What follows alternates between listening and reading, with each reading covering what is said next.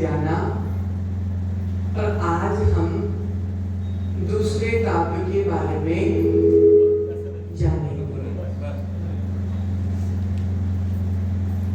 दूसरे काव्य का सर्वप्रथम उच्चारण करेंगे।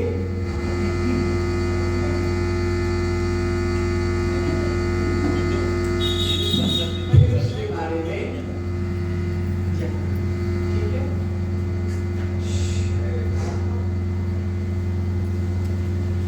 यह संस्कृतः सकले वाङ्मय तत्त्वबोधा।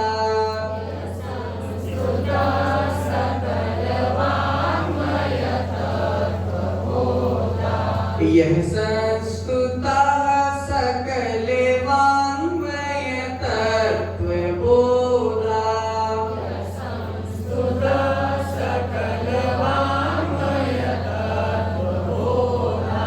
दुद्भूते बुद्धि पटुभिः सुरलोके नाथै।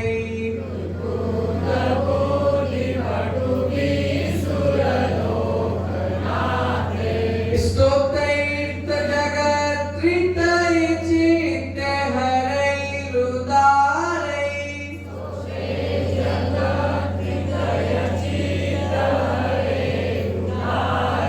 स्तुसे किलाहमपि तं प्रथमं जिनेन्द्रम्।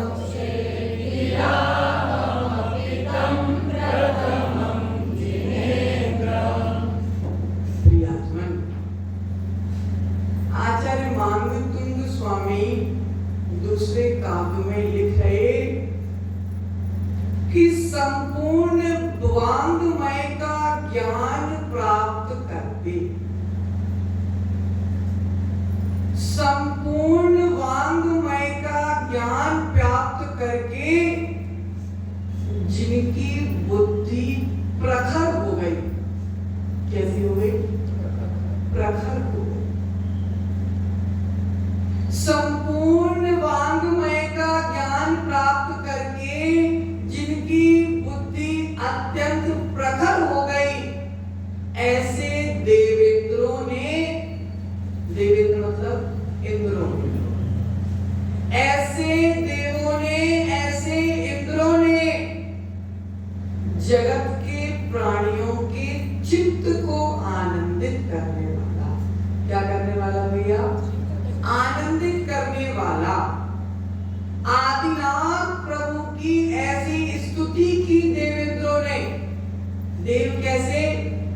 जिसके ज्ञान के कारण जिनकी बुद्धि प्रखर हो गई, ऐसे देवों के द्वारा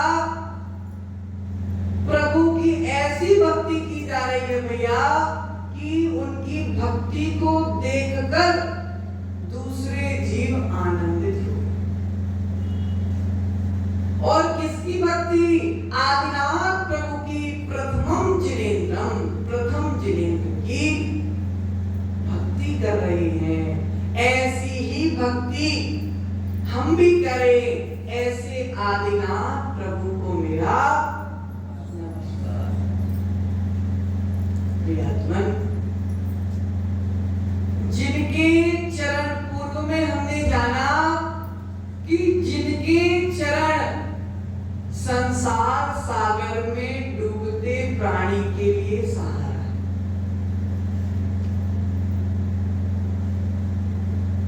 अब चर्चा आती है कि संसार सागर क्या है और प्रभु के चरण का सहारा कैसा?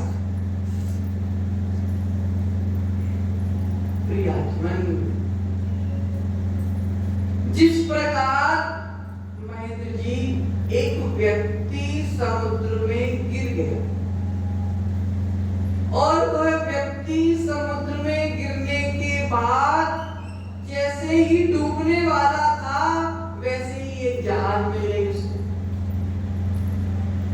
अर्थात वह जहाज ने उसको डूबने से बचाया। जिस प्रकार उस व्यक्ति को जहाज में समुद्र में डूबने से बचा लिया, उसी प्रकार हमको प्रभु के चरण रूपी जहाज ने संसार सागर में डूबने से बचा।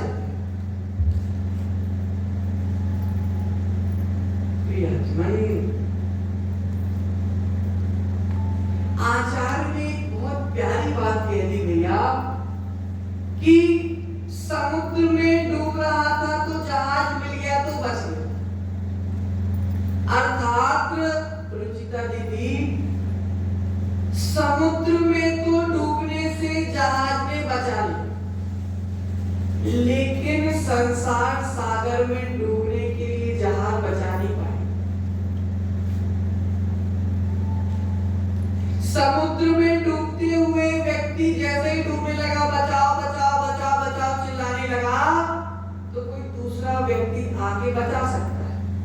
लेकिन अगर संसार सागर में डूब रहे हैं तो बचाओ बचाओ चिल्लाने से कोई बचाने वाला। अर्थात जहाज तुमको समुद्र में डूबने से बचा सकती है, लेकिन नरक गति में डूबने से नहीं बचा सकती। जहाज तुमको समुद्र में डूबने से बचा सकती है, लेकिन तिर्यंच गति से नहीं बचा सकती। तो भैया नरक गति, तिर्यंच गति, इन सब से बचाने वाला कौन? तो आचार्य कह रहे हैं मात्र प्रभु के चरण।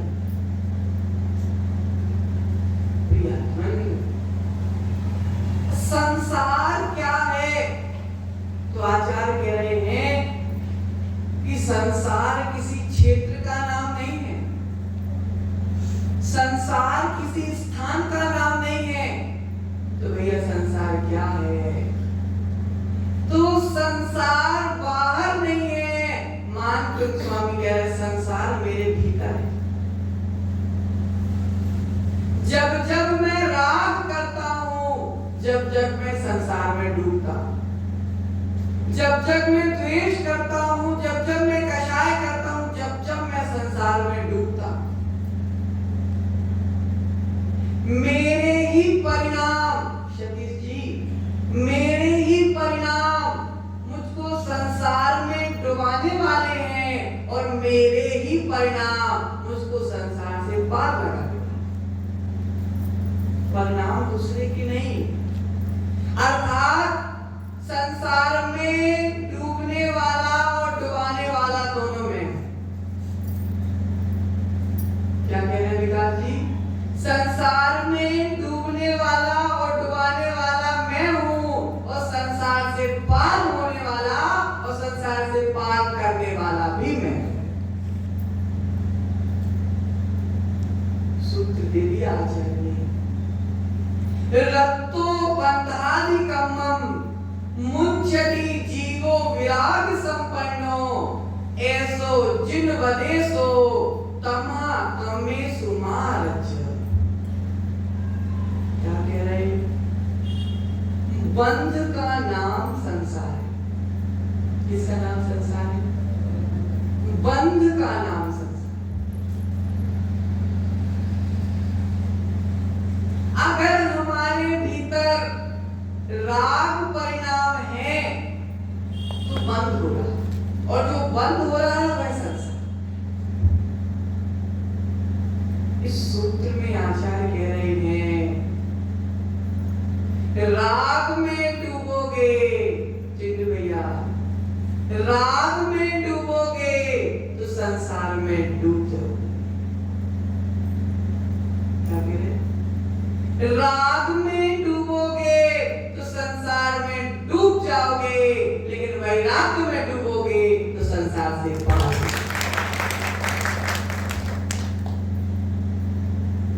राग में डूबने वाला कौन और राग में डुबाने वाला कौन?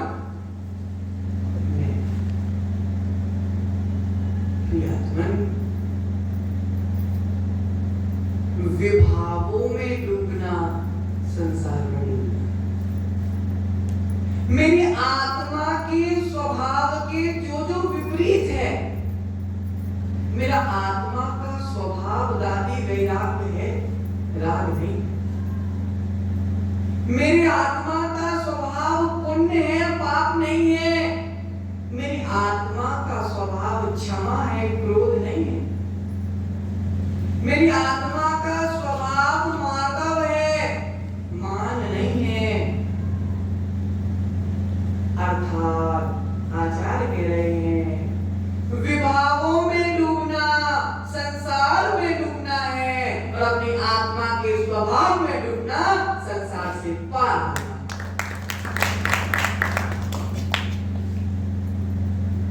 भव जले पतताम जलाना, कह दिया भव जले पतताम जलाना।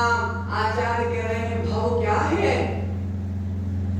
तो ममता दीदी आचार्य श्री कह रहे हैं कि भव की 4 प्रकृतियां हैं। कितनी प्रकृतियां हैं?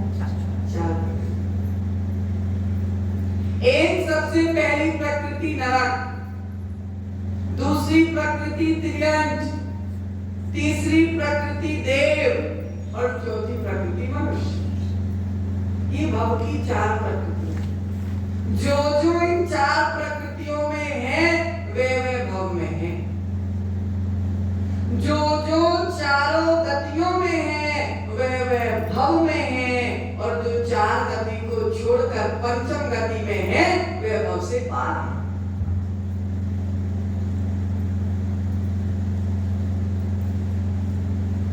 यह समुद्र क्या है, इस बात को समझने की आवश्यकता। जब जब मेरी आत्मा विभाव परिणामों में डूब जाती है, जब जब मेरी आत्मा संसार में डूब जाती है, और जब जब मेरी आत्मा स्वभाव में डूब जाती है, जब जब मेरी आत्मा संसार से पार हो जाती है।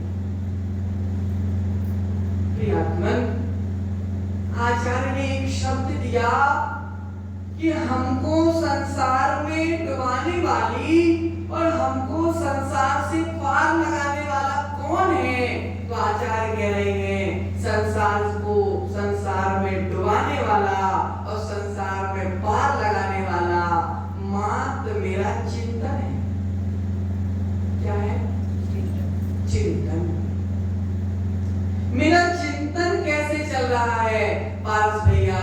जब जब मेरा चिंतन शुभ चल रहा है, जब जब मैं संसार से पार हो रहा हूँ, जब जब मेरा चिंतन अशुभ चल रहा है, जब जब मैं संसार में डूब रहा हूँ। प्रियात्मन, क्या गाते भैया? क्या गाते? मैंने तेरे ही भरोसे आदिनाथ भंवर में नैया डाल दी। अक्षय भैया, तेरे ही भरोसे आदिनाथ भंवर में नैया डाल दी। लेकिन आचार्य कह रहे हैं कि तुमने अभी प्रभु के भरोसे नैया नहीं डाली। अगर तुमने भगवान के भरोसे नैया डाल दी होती तो अभी तक तुम्हारी नैया पार हो जाती।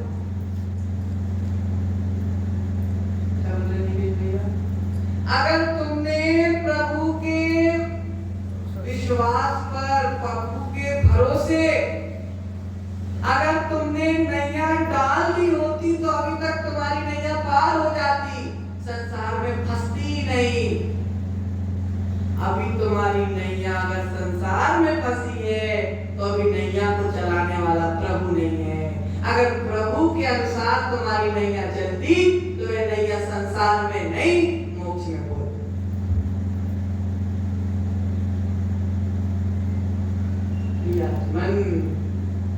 वह नैया तुमको समुद्र तो पार करा सकती है, लेकिन संसार समुद्र पार नहीं करा सकती। क्योंकि जब तक हमारे परिणामों में शुद्धता नहीं है, जब तक हम इस संसार से पार होने वाले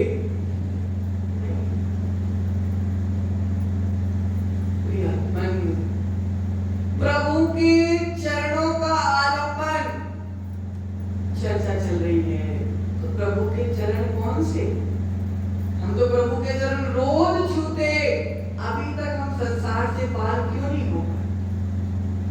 क्यों भैया चिट्टू? प्रभु के चरण के सहारे से अगर हम संसार से पार होने वाले हैं, ऐसा आया तो मैं बुद्धनाथ भगवान के चरण रोज छूते, लेकिन अभी तक हम संसार से पार क्यों नहीं हुए?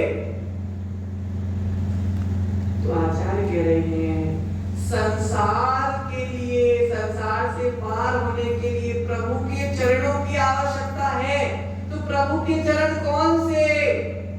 आचार्य कह रहे हैं, प्रभु के ये वाले चरण नहीं, प्रभु के आचरण को छूने से। क्या छूने से भैया? आचरण को छूने से। सकलम विकलम चरणम, क्या आया भैया? रत्नगढ़ साहब पहचान ली है, सकलम विकलम चरणम। आचार्य कह रहे हैं, पारस भैया हमको प्रभु की भक्ति करना है, हमको भगवान की भक्ति करना है, लेकिन अंधे होकर भक्ति नहीं करना। क्या बोल रहे? प्रभु की भक्ति में बहना तो है, लेकिन अंधे होकर नहीं बहना। आचार्य कहते हैं, भगवान क्या बोलते? क्या बोल रहे भगवान? कि भगवान के भरोसे नहीं रहना हमको, जो कुछ होना होगा भगवान भरोसे, पार नहीं हो पाओगे। भगवान कह रहे हैं दीदी कि जो भगवान के भरोसे बैठता है, भगवान उसका भरोसा नहीं करता। भगवान पर भरोसे करने वाले के ऊपर भगवान भरोसा नहीं करते, भगवान के आचरण के अनुसार चलने वाले पर भगवान भरोसा।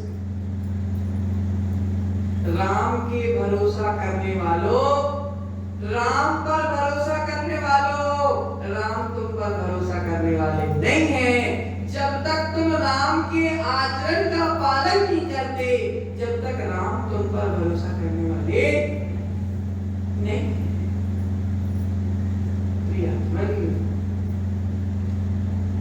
भगवान को मानने वाले का कल्याण होने वाला नहीं है, भगवान की मानने वाले का कल्याण। अब भगवान को तो सब मानते, लेकिन भगवान की कौन कौन मानता?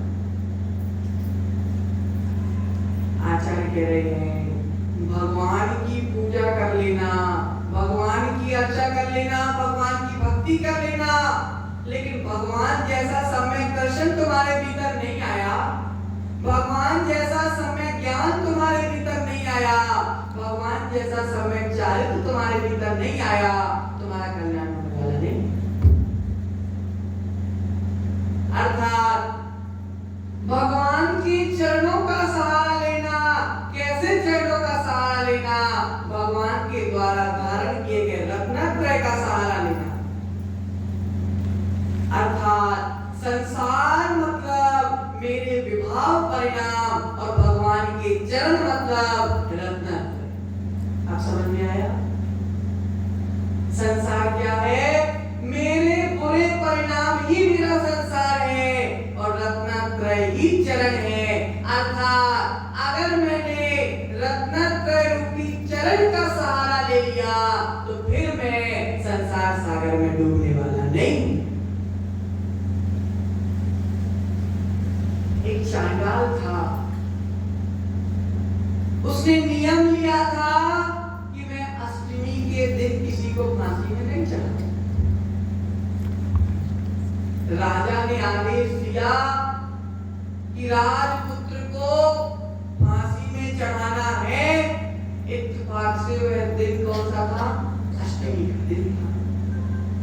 चांडाल ने बोला, मेरा तो नियम है, मैं आज अष्टमी के दिन तो किसी को फांसी में चढ़ाने वाला। राजा ने बोला तुमको चढ़ाना पड़ेगा। उसने बोला नहीं चढ़ाऊंगा, नहीं चढ़ाऊंगा, नहीं चढ़ाऊंगा। राजा ने उसको उठाकर समुद्र में फेंकवा दिया। चांडाल को उठवाकर समुद्र में फेंकवा दिया। वह समता पूर्वक समुद्र में गिर गया। उसने बोला प्राण चले जाए लेकिन मेरा नियम नहीं जाना चाहिए। क्या बोला चाइना ने? प्राण चले जाए लेकिन मेरा प्रण नहीं जाना चाहिए। देखो भैया नियम की महिमा। उसको समुद्र में गिराया गया और जब गिराने के बाद देखा कि वह डूब गया कि नहीं डूबा, तो वह बीच समुद्र में सिंहासन के ऊपर बैठा। देवों ने उसके लिए सिंहासन लगा दिया। सिंहासन उसके जीवन भर कितनों को फांसी में नहीं चढ़ाया होगा। जीवन भर के पाप भैया एक तरफ रख दिए, लेकिन अपने नियम के प्रति इतनी दृढ़ता थी तो उससे देव भी प्रसन्न हो गए। प्रियात्मन, भगवान किसी को ना बचाने आते हैं, ना भगवान किसी को गिराने आते हैं।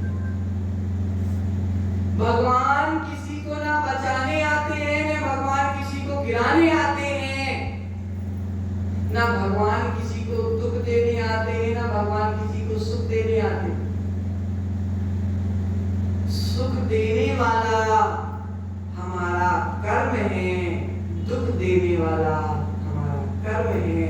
संसार में डुबाने वाला हमारे कर्म है और संसार से पार लगाने वाला हमारा कर्म है।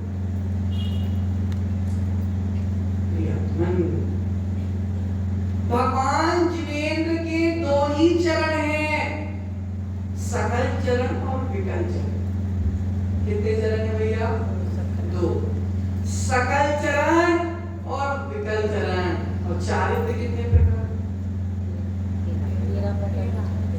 नहीं, चारित्र भी दो प्रकार का, सकल चारित्र और विकल चारित्र।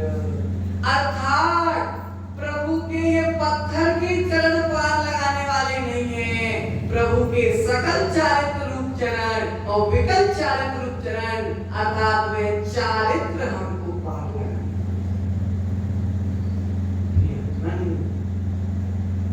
सतीश जी, किसी भी काम को अगर करना है और सफलता पूर्वक करना है तो कार्य करने से पहले संकल्प लिया है। अगर हमारे जीवन में संकल्प नहीं है तो हम किसी भी कार्य को नहीं कर सकते। मुझको 8 बजे तक प्रवचन छोड़ना है। अगर यह संकल्प लेकर बैठूंगा तो 8 बजे प्रवचन छूट जाए। 9 बजे तक भैया मेरे को पूरा चौका तैयार करना है, तो वो अगर संकल्प ले लिया तो चौका हो जाए। और अगर संकल्प नहीं लिया, होना होगा तो हो जाएगा, नहीं होना होगा तो नहीं होगा, तो जीवन में कभी काम पूरा होने वाला।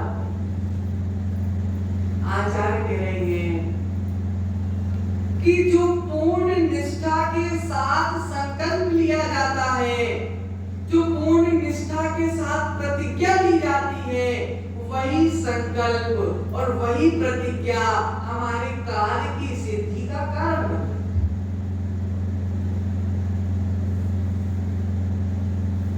एक छोटा सा नियम भी बड़ी से बड़ी उपलब्धि करा देता है। वीर ने छोटा सा नियम कौवे का मांस का त्याग किया। वह छोटा सा नियम उसको एक दिन महावीर भगवान बना दिया।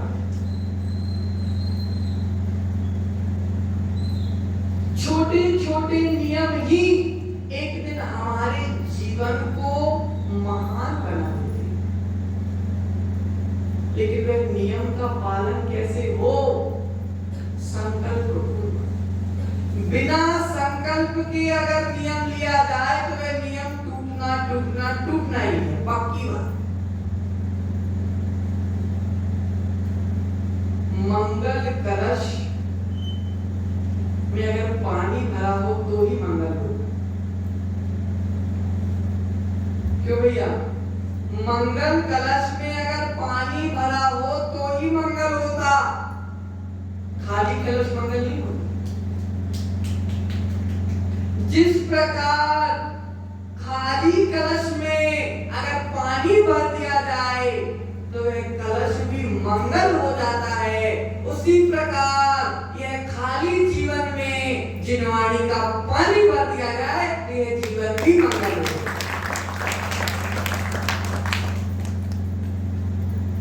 जिनवाणी मतलब प्रभु ने जैसी भावना भाई वैसे ही भावना मैं भी भाऊं, यही तो जिनवाणी।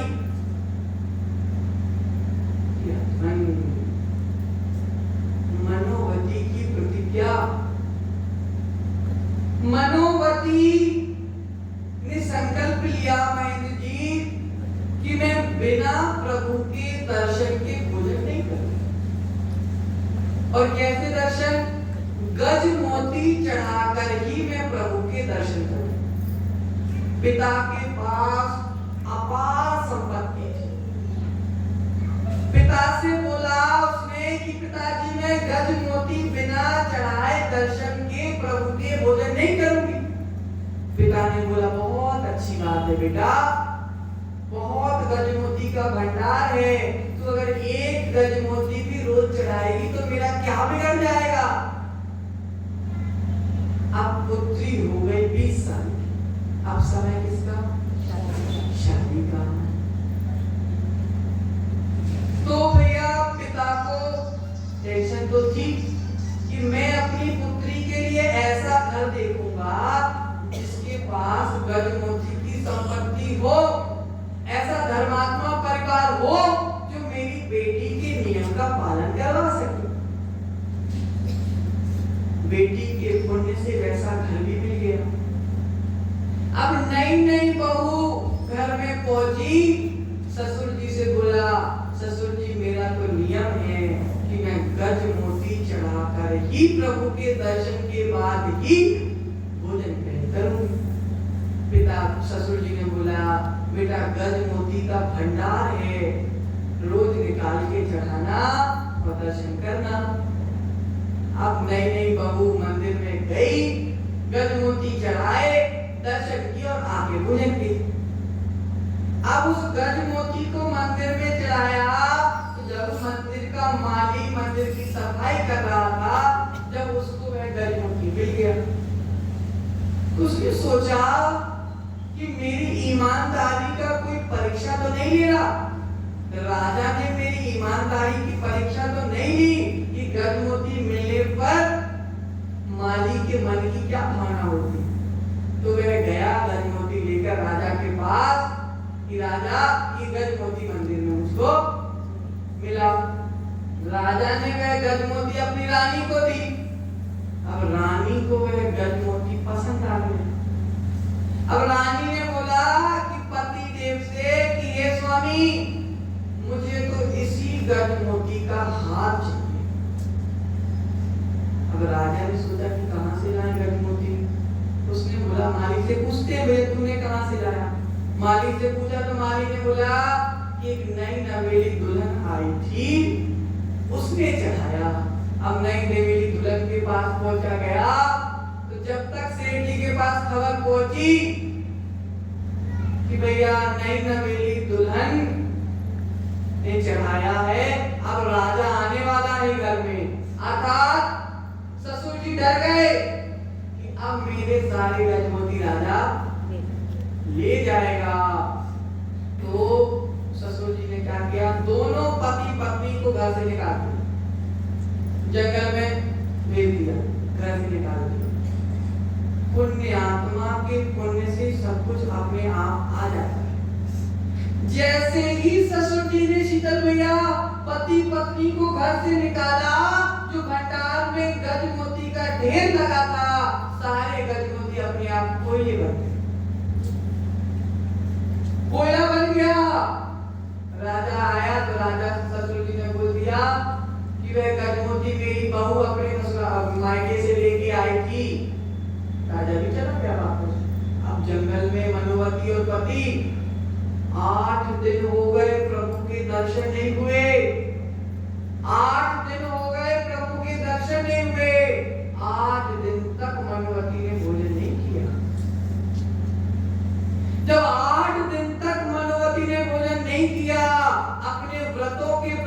अपने संकल्प के प्रति इतनी दृढ़ रही, सौधर्म इंद्र का सिंहासन कंपायमान हो गया कि अगर एक श्राविका अपने नियम के कारण 8 दिन से भूखी है, अगर उसके प्राण निकल गए तो जैन धर्म की हंसी हो जाएगी कि जैन धर्म के नियम इतने कड़े होते हैं कि सामने वाले के प्राण ले ले।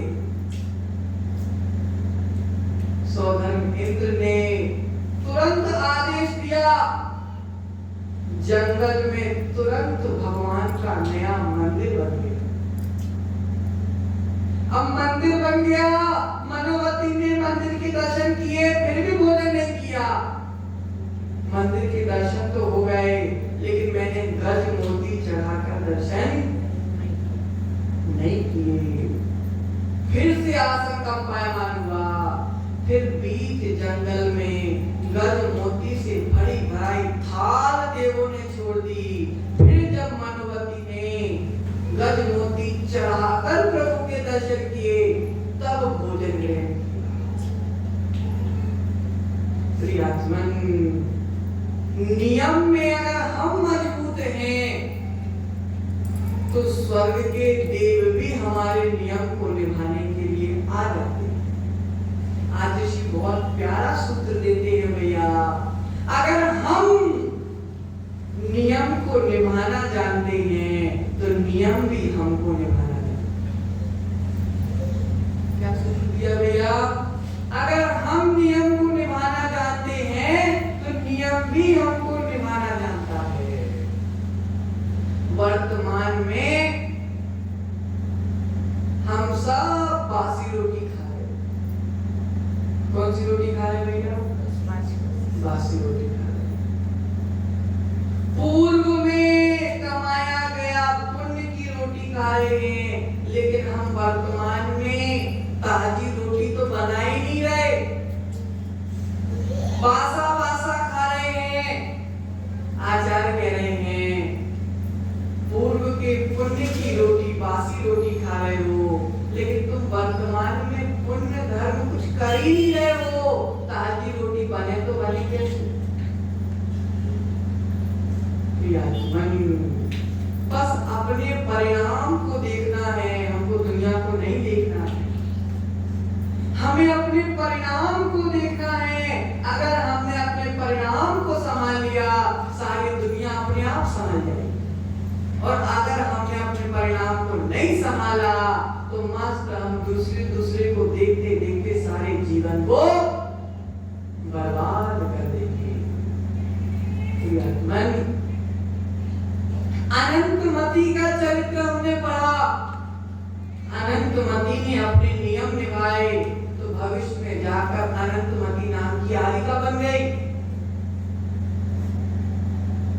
अकलंक स्वामी मुनिराज ने मात्र 8 दिन का ब्रह्मचर्य लिया था। कितने दिन का? 8 दिन का। अकलंक स्वामी ने मात्र 8 दिन का ब्रह्मचर्य लिया था, लेकिन 8 दिन का ब्रह्मचर्य का इतना मजबूती से पालन किया कि भविष्य में वे आचार्य अकलंक स्वामी बन गए। लोगों का प्रश्न रहता है, महाराज हमारे बच्चे के अंदर बुद्धि नहीं। क्या प्रश्न रहता? महाराज हमारे बच्चे के भीतर बुद्धि नहीं है। आचार्य कह रहे बुद्धि आए तो आए कहां से? बुद्धि आती कहां से? तत्व के बोध से बुद्धि आती है। किसके बोध से? तत्व के बोध से। शरीर से तो पुस्तक के सामने बैठा है, लेकिन परिणामों से कहां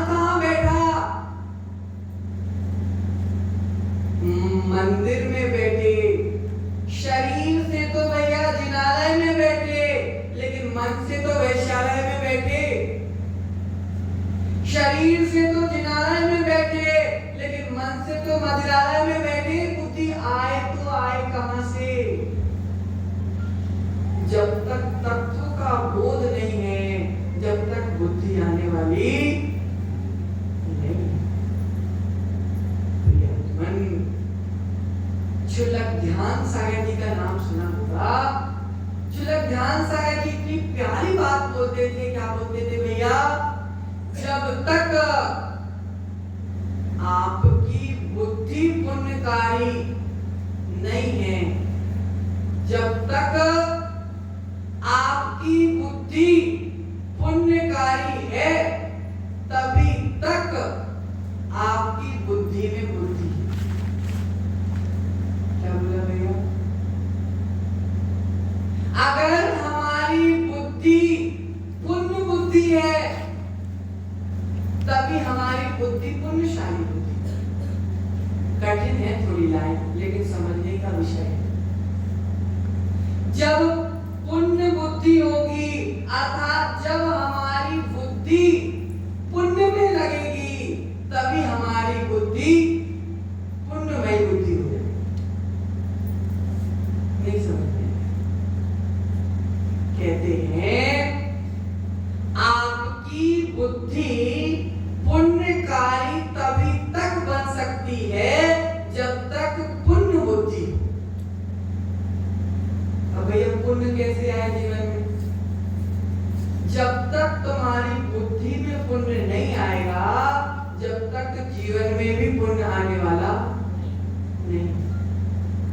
क्योंकि जैसा हम सोचते हैं वैसा हम करते, और जैसा हम करते हैं वैसी हमारी गति होती है। अगर मन में अशुभ बुद्धि भरी हुई है तो हम कार्य भी अशुभ करेंगे, और अगर हम अशुभ कार्य करेंगे तो हमारी गति भी अशुभ हो जाएगी। इसलिए आचार्य कह रहे हैं कुछ नहीं सुधारना, इसको सुधारना है। किसको सुधारना? इस सोच को सुधारना है, क्योंकि छोटी सोच कभी जीवन में आगे बढ़ने नहीं देती। गंदी सोच कभी जीवन को पवित्र होने नहीं देती। जीवन को अगर पवित्र करना है तो आचार्य कह रहे हैं पहले हमको अपनी सोच को पवित्र करना पड़ेगा। प्रियतम, तत्व ज्ञान से बुद्धि निकलती है, दूध से घी निकलता है। बिना दूध के घी निकलने वाला, दूध से घी निकलता है, बिना दूध के घी निकलने वाला नहीं है। उसी प्रकार तत्व के बोध से बुद्धि निकलती है। जब तक तत्व का बोध नहीं है, जब तक बुद्धि निकलने वाली नहीं है। प्रियतम, आचार्य कह रहे हैं हमने अपने बच्चे को धन कमाने के तो सारे तरीके बता दिए, लेकिन आचार्य कह रहे हैं कितने भी धन कमाने का तरीका बता देना, लेकिन अगर तुमने धर्म कमाने का तरीका नहीं बताया तो तुम्हारे सारे तरीके फेल हो जाएंगे। क्या हो जाएंगे? फेल हो जाएंगे। इसलिए प्रियतम, धन कमाने के तरीके के साथ साथ अपनी संतानों को धर्म कमाने का तरीका भी सिखाना पड़ेगा, क्योंकि जब तक जीवन है भैया, जब तक ही धन है, लेकिन मरने के बाद धन साथ में जाने वाला नहीं है। लेकिन जब तक जीवन है, जब तक भी धर्म साथ निभाएगा, और मरने के बाद भी धर्म साथ निभाएगा। धर्म का साथ जिसने ले लिया, सच्चा साथी तो धर्म है। धर्म ही सच्चा साथी है, जैसे दीपक बाती है। छूटे ना धर्म मेरा हो आत्मा। दीपक और बाती एक दूसरे का साथ नहीं छोड़ते। अगर एक दूसरे का साथ छोड़ गए तो वह दीपक ही नहीं कहलाता। उसी प्रकार जिस आत्मा में धर्म नहीं है, वह आत्मा भी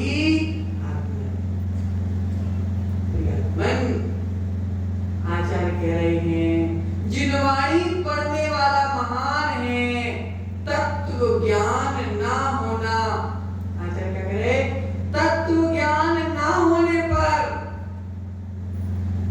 संसार तो बढ़ा सकते हो, लेकिन मोक्ष मार्ग पर नहीं बढ़ सकते।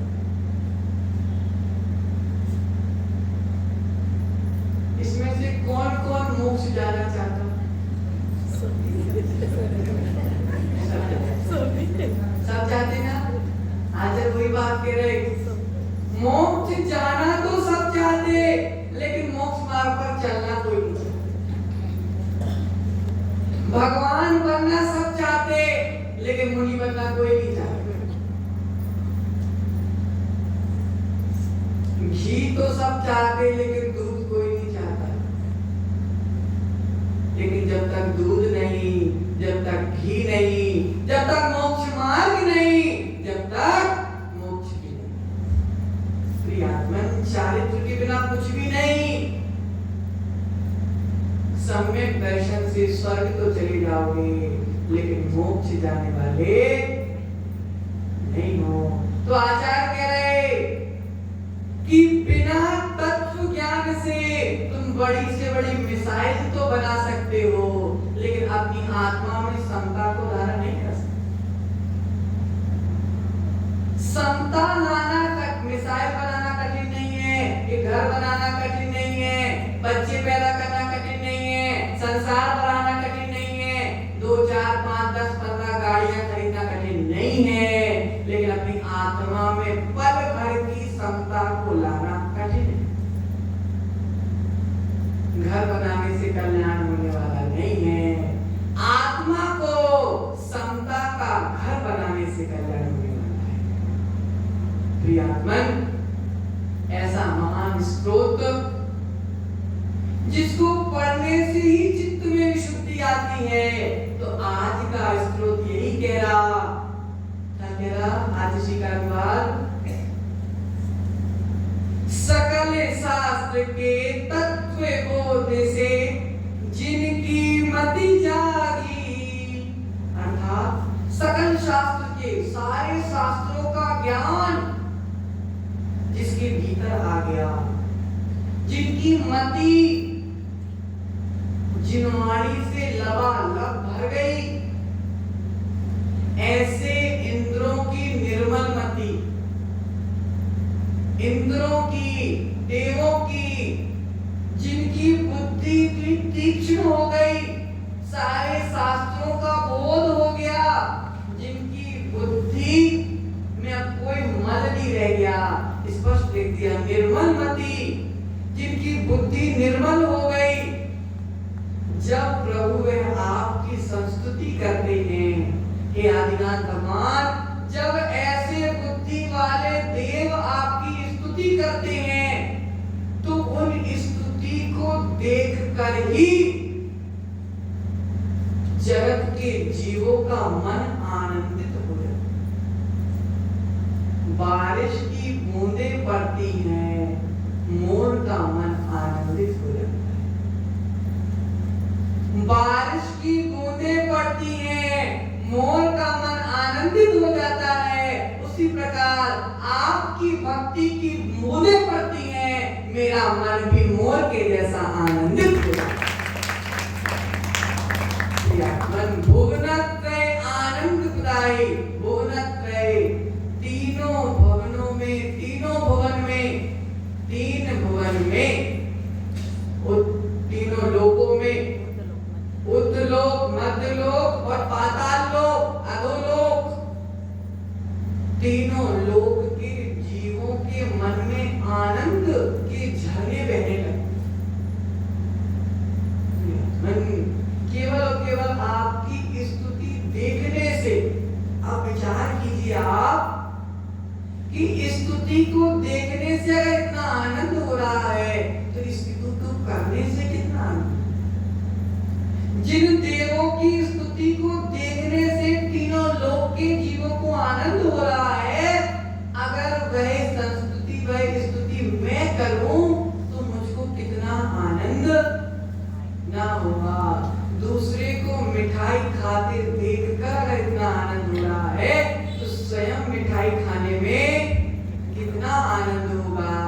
उन आदिश्वर को मैं भजता, बहा भक्ति धारा, उसी आदिनाथ भगवान को, उसी प्रथम प्रथमम जिनेन्द्रम, उसी प्रथम तीर्थंकर को मैं भी अपने मन से भरता हूँ और अपने मन से भी भक्ति की धारा को बहाता हूँ। इसी मंगल भावना के साथ आज हमने दूसरे काव्य को भी जाना। समझ में आ गया? सबको आ गया? इसलिए मौन पूर्वक बैठते हैं कि जैसे कुछ समझ में नहीं आता। एक बार की कहानी है भैया, रामलीला चल रही थी, सब शांति से बैठ के रामलीला देख रहे थे। अब रामलीला पूरी हो गई तो महेंद्र जी, रामलीला देखने वाले व्यक्ति से पूछा गया कि भैया सीता कौन? सीता स्त्रीलिंग, सीता का लिंग स्त्रीलिंग था कि पुल्लिंग था? भैया सीता तो थी लेकिन स्त्रीलिंग थी कि पुल्लिंग थी? अर्थात हमारे स्कूल में टीचर बोलते थे भैया पूरी रामलीला हो गई, सीता मेल थी कि फीमेल पता नहीं। अपन को समझना तो है, मौन पूर्वक सुनना तो है, लेकिन समझना तो है। बाद में कोई बोलेगा कि भैया महाराज ने क्या पढ़ाया? महाराज ने पढ़ाया तो है लेकिन पता नहीं क्या पढ़ाया। इसलिए प्रियात्मन, भक्तांबर स्तोत्र की महिमा अभी हम जान रहे हैं। अलग अलग काव्य के माध्यम से हम अलग अलग नई नई बातें। आज हमने क्या जाना कि भैया संसार क्या है और प्रभु के चरण क्या है, और संस्तुति देवों के द्वारा प्रभु की स्तुति कैसी कही जाती है। प्रियात्मन, जब वृक्ष में कोयल कूकती है तो अपन की नजर फेरने लगती है कहाँ कूक रहे।